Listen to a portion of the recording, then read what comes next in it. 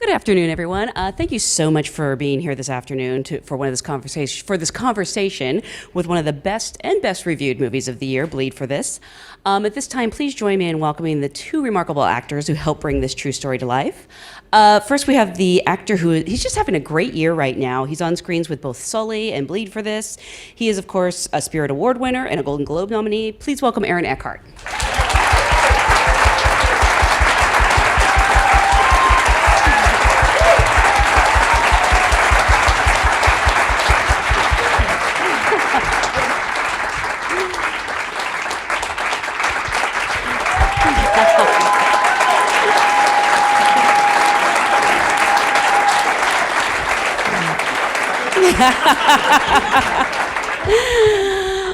All right, we also have someone else here, so I hope you didn't waste all your applause. We have the actor who brings Vinny to life. Since his film debut in Rabbit Hole, he has been delivering fantastic performances over and over again in films as varied as The Spectacular Now to Whiplash. Please welcome Miles Teller.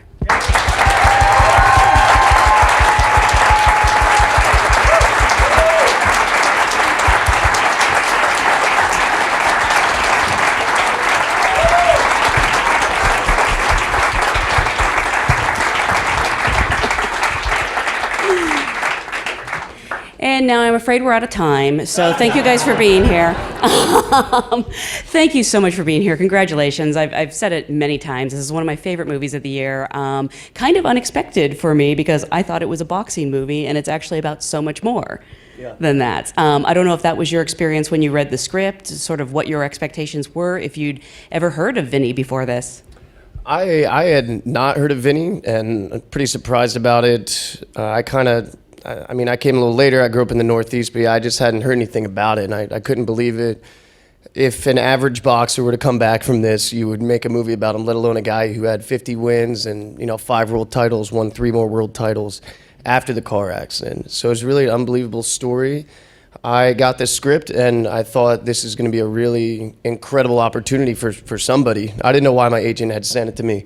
I was very serious about that because this was, I met Ben almost 3 years ago for the part, and Whiplash hadn't come out. I hadn't really done anything kind of in this world, just playing kind of like a man, a guy with so much like grit and tenacity and just world champion boxer. I didn't really have that kind of stuff on my resume, and so I met Ben for it, and I just thought he was like doing my agent a favor. To be fair, I know I was relaxed because I walked in, I was like, hey man, I haven't seen Boiler Room, I hear it's great. Just like stupid, but I was just honestly like, he's just doing my agent a favor. And so then I met him and I got offered the part. Wow. And I felt like I had won something, even though you haven't won anything at that point. You haven't done anything, you just are kind of getting the opportunity. And so I got the part in March, and we filmed in November, and I lost 20 pounds and got down to 6% body fat, and did all that stuff that's just like bare minimum. But for me, as you talked about, just the family elements, the relationship between Vinny and Kevin, it's really struck me. And as I learned about it, I knew how sacred the fighter-trainer relationship was. And I was so glad Ben explored it. And, he just wrote a beautiful script. I didn't have to fill in any gray areas. Like I really understood who this man was. Mm-hmm. And Aaron, for you, I almost called you Kevin. I apologize. You're too good at your job. He likes it when you call him Kevin. Were you familiar with Vinny's story, and was it a similar thing where the script showed up? I hope you had seen Boiler Room. Ben's not here. It's okay. That's Miles's line. I won't cop to it. I did not know. I was living abroad at the time Vinny was winning fights, and so I learned, with the script, and obviously when I got the part, just delved into it and found out everything we could about Kevin, about Vinny, about Rhode Island, because Rhode Island is a huge part of this movie. We filmed it in Rhode Island, and Vinny's a rock star in Rhode Island, so we had the entire town polling for us, giving us locations. We shot in the last fight in the very auditorium that he fought in the hospital and all this. So we got a great education. We actually have a question about that. There's a gentleman here, Jonathan Hart. Where are you? He was an extra in this film and wants to know how you guys liked working in his hometown of Providence. I loved it. I mean, I think it, provides a lot of things that you don't have to act. And for me, it was just cool. Way we had access to Vinny. Vinny was on set a lot. And for me, I was in the hotel and I'd go get a bite to eat or I'd go down to the gym and just everybody was so happy for us to be there making a film. Rhode Island, Boston's on screen all the time. New York's on screen all the time. You have such a proud Italian community in Rhode Island, and they're proud of the fact they're not Boston, they're not New York. And also, you're just surrounded by the accent all the time, and that's really you can absorb that. And just everybody seemed to have a story about Vinny everywhere we'd go. Be like, oh yeah, I met Vinny at the subway. He was eating with the halo on. I didn't want to bother him. And so it was just cool, man. Rarely do you get an opportunity to film in the place where the story takes place. And at what point did you meet Vinny or friends of Kevin? And do you find that it helps when you're portraying a real life person? How much do you draw on research, and how much do you have to sort of make it your own creation? Well, for me, Vinny, I didn't. Well, in between March and November, I had to film 2 movies, and then those ended, and then I had to go fly around everywhere to promote Whiplash. So I didn't meet Vinny. Also, I don't know. I just felt like I was playing him 25 years earlier. You meet him today, he kind of talks a little differently. He's like a little more, grumbly, and he's just a little older. And YouTube is such a wealth of information. I found like there was a ton of video and interviews. I wasn't worried about the fights. I knew they'd get the fights right, but I just kind of started out just listening to interviews. Vinny actually sent me something in the mail when he knew I was playing him, because they'd been trying to get this movie made for, like 15 years, really. And so I got this picture in the mail, and it was from Vinny, and it was a signed photo of himself in boxers. And he just, like this. And he just said, Miles, stuff a banana in your undies if you have to make it look bigger. Don't fuck up my reputation, bro. Seriously, much love, Paz. And that told me everything I needed to know about the guy. I'm curious how he got your address, though I assume it was through proper channels. Yeah, maybe not. Vinny was gonna figure it out, trust me. And Aaron, for you, I mean, you've played 2 real-life people this year. You're still on screens in Sully. But with someone like Kevin, who I believe wasn't physically well, you weren't able to meet, but you did meet a lot of people who knew him?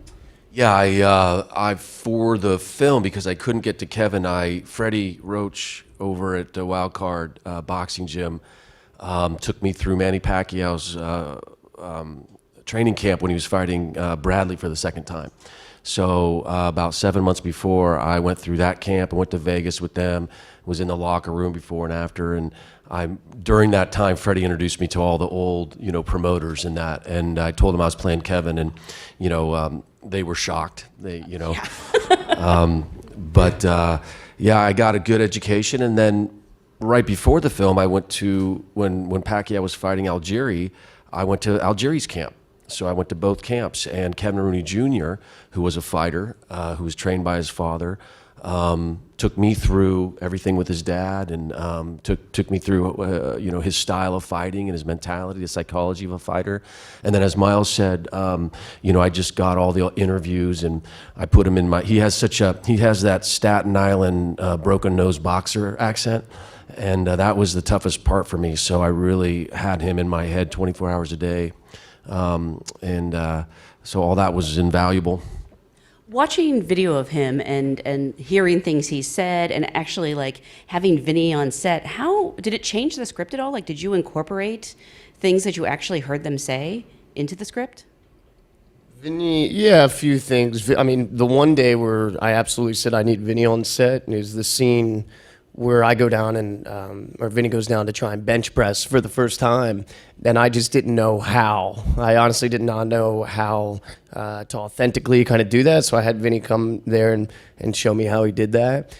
Vinny has 3 sayings that he says all the time. He lives his life by them. It's a small world, time flies, and life is crazy.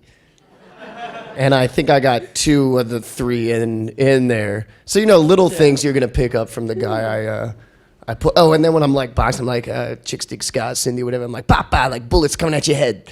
That was something he told me, like when he was shadow boxing in front of me. It's just like little things like that. Yeah. What about the Tic Tac line? Was that yours or was that in the script? Yeah, that was mine. Oh, the Tic Tac line? Just when me and Roger Mayweather in the beginning were just talking smack and, rain on you like a thunderstorm and, take a Tic Tac or whatever. Just like stupid stuff. Man, it's been a good year for Tic Tacs in the media. And I believe you actually sort of used some things that Kevin had said. Well, the thing about, you guys are all actors, right? When you're playing an accent, it's tough because you pretty much have to stick to the script. Improvisation is more difficult with an accent.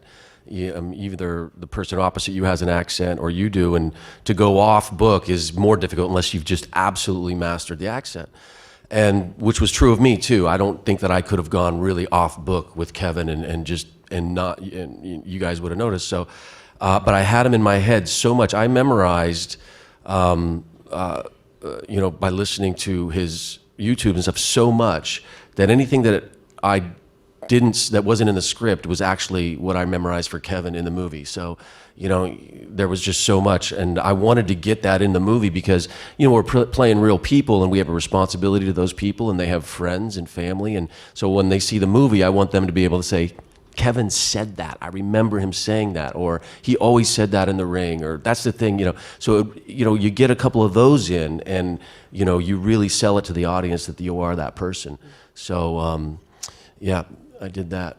And can we talk about the physical transformation? I mean, both of you underwent. I'm mainly curious how you did it. You said you got down to 6% body fat. And for you, what was harder, like gaining all that weight or having to be bald? I do not want to offend anybody in this room. Fat and bald is beautiful, Jenelle. I agree.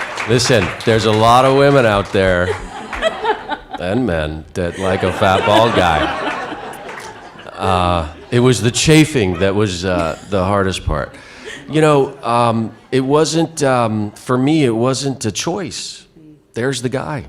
There's Kevin Rooney right there. There's a picture of him, and that's what he looks like. And Ben, our director, you guys know when your director challenges you to be great, right? Because we all want to be great. That's what we study for. That's what we dream of. And our director challenged us to step it up and to be great because he wanted to make a great film. And so the only way to do it is to invest in what Miles did. Miles put everything into this movie. Kieran Hines did, Peggy Segal. I mean, all these actors that we know from movies and television just fade away into this story. We become a family.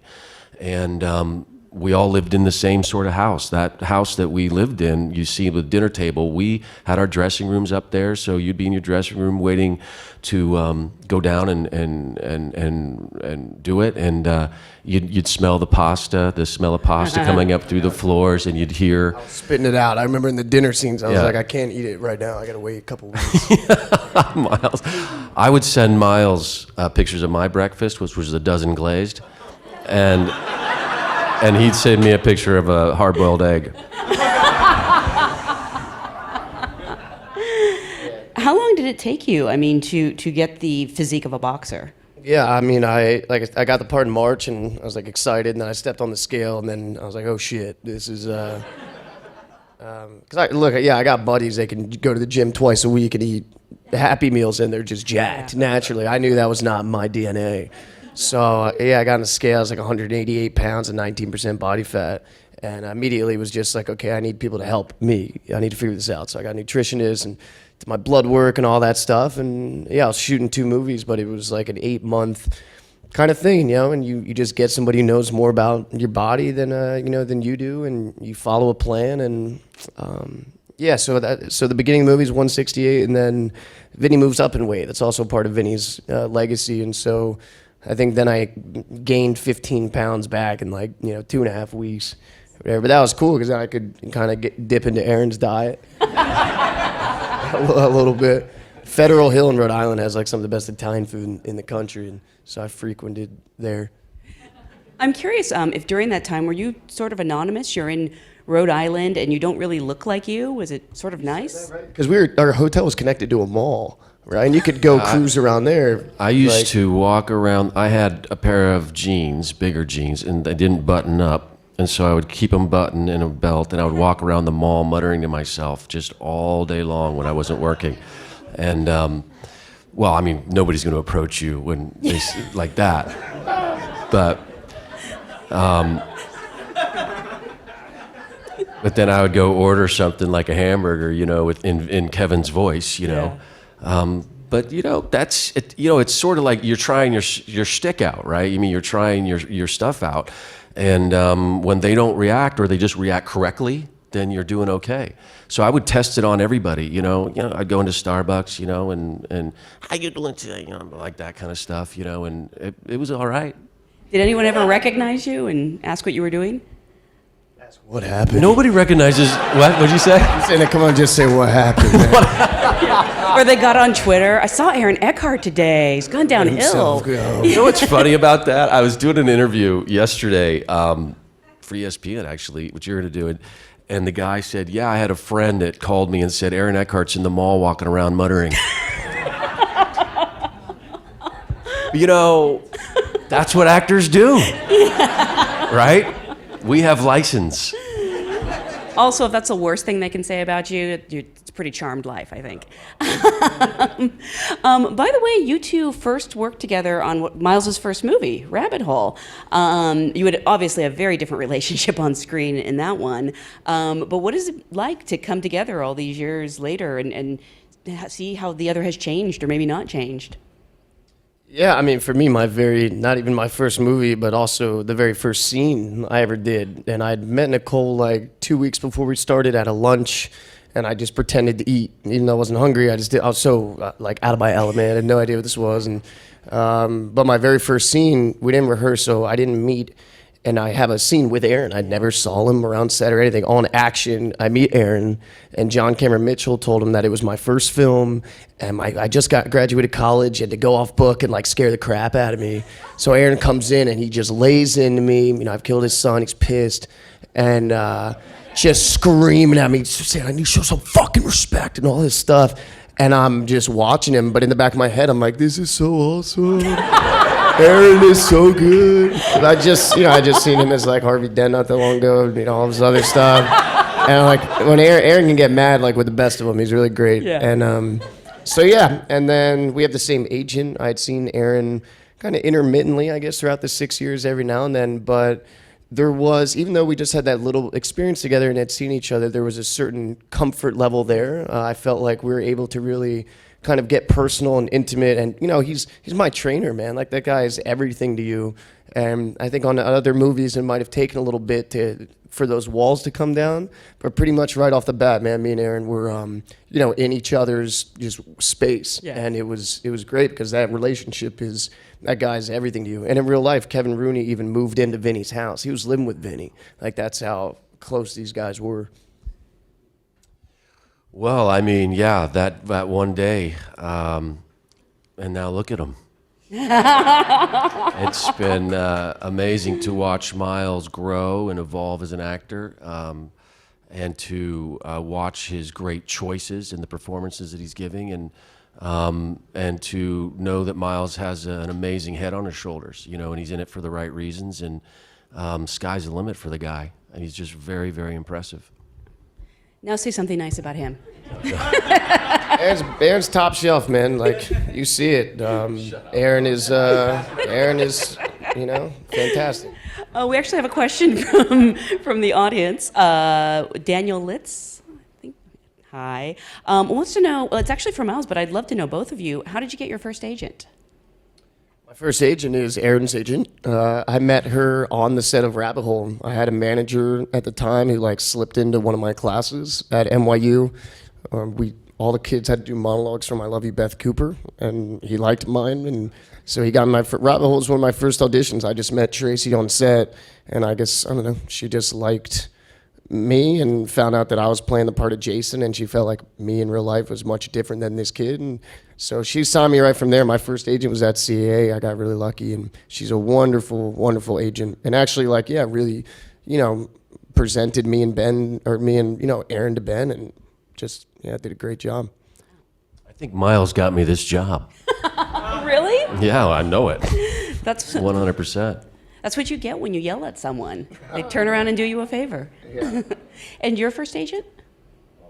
That's a whole different. That's a different story than Miles. Wow. I lived in New York doing the do, and did not get one job.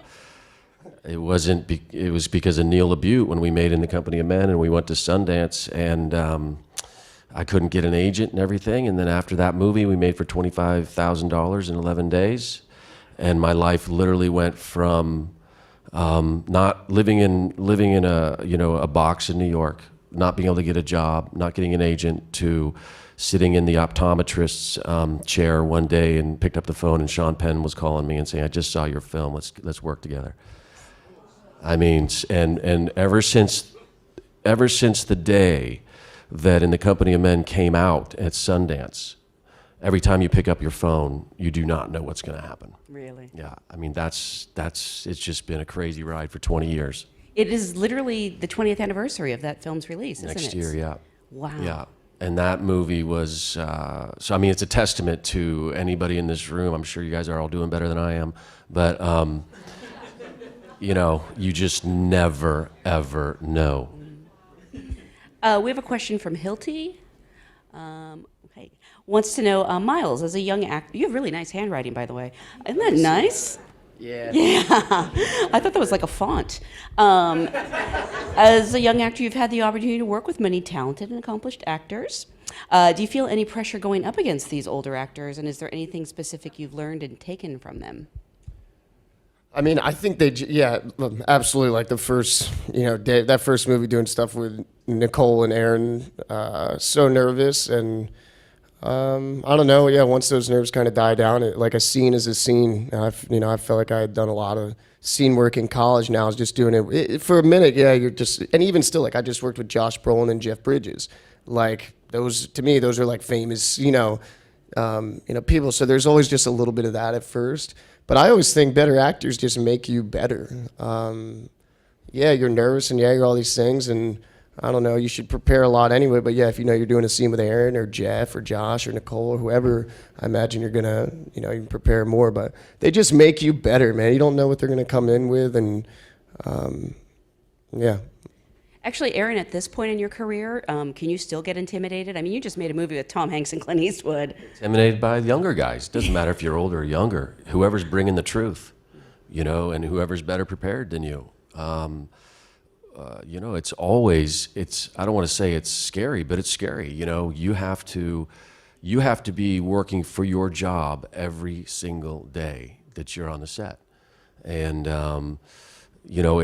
it's competitive and all that sort of stuff, but I mean, it's, in fact, I see a lot of day players and stuff that come in, and I just say, you are a terrific actor. You made this scene happen, and you can learn from anybody. I mean, yeah, Tom Hanks and Miles, but it's all the other people too that come in who really, really want what they're given on those 3 days or 4 days or one day. They make a huge difference to everybody on the set. And that's one thing I tell all these young actors, say, we're watching you. We're working off you. We need you. I say that to extras all the time. If I'm giving a speech or a monologue or something around a table and they're looking at me, I say, I'm working on it. At the end of the day, I always go up to whoever's listening to me and I say, thank you for sitting there and listening to me. I know you didn't say anything, but thank you for that. It really helped me. And they never, ever would have imagined that I was working off them. Now, I've had them fall asleep on me, too. That's a different conversation that I have with them. But I think you can learn from everybody. I'm curious in Bleed for this, I mean, not just the physical transformation, but like the emotional toll it might have taken. What ended up being the hardest scene for each of you, if you had to pick a moment? I mean, we shot one scene twice. Other than that, like the script was so solid that it all kind of flowed together. But there was that scene before the fight when you're like, you're damn right, I need this.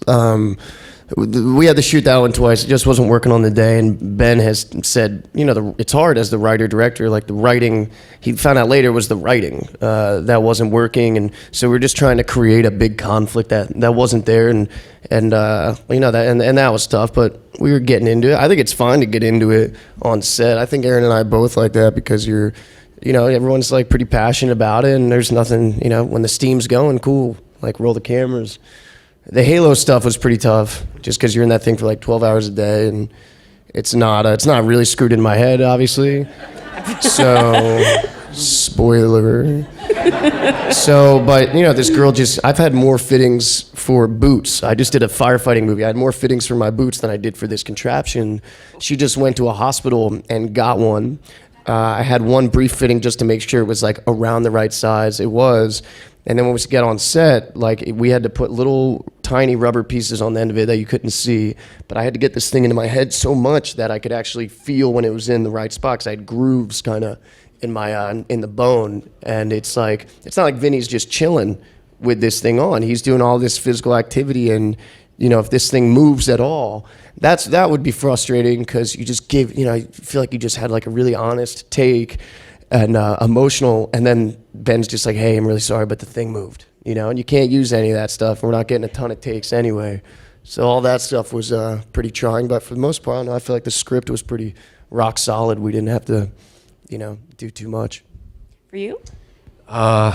Every time I opened my mouth was tough. I thought it was pretty good. We did it in 26 days, 24 days. And so we were moving. We didn't have time to really worry about things too much, Miles was killing it, and everybody else was killing it. It was pretty good, pretty seamless movie, I thought. And what was it like the first time? I don't know if you were with him, but when Vinny saw it, did he reach out to you to tell you what he thought? I'm imagining he has opinions. Yeah, so many. Ben showed it to Vinny for the first time like a year ago, and Vinny left me a voicemail, and then I think I called him back right after. But yeah, he was just very emotional, and I saw him down in Savannah, and I'm hearing him tell other people. He's coming up to him, and they're like, how authentic is this movie? And he's like, 99%. They killed it, bro. They got it so good. And the things with Vinny that he was really proud about, he felt were so honest. Not the fights and the cheating and all that stuff, but it was like his home life. And that stuff you're not finding video on. Ben just sat with Vinny multiple times for hours and hours and just let him talk. And that's the moments he was kind of crying at, like the moments around the dinner table, because his parents aren't around anymore. And that means a lot, man. If you're going to, imitate, his mom and his dad, and it rings true to him, then that's a great job by Kieran and Katie, and again, the writing. It's amazing. I want to remind people that this movie is about to be in theaters now, as a matter of fact. So please go see it again. I want to thank you guys so much for being here today. Congratulations. And thank you guys for being a great audience. Thank you.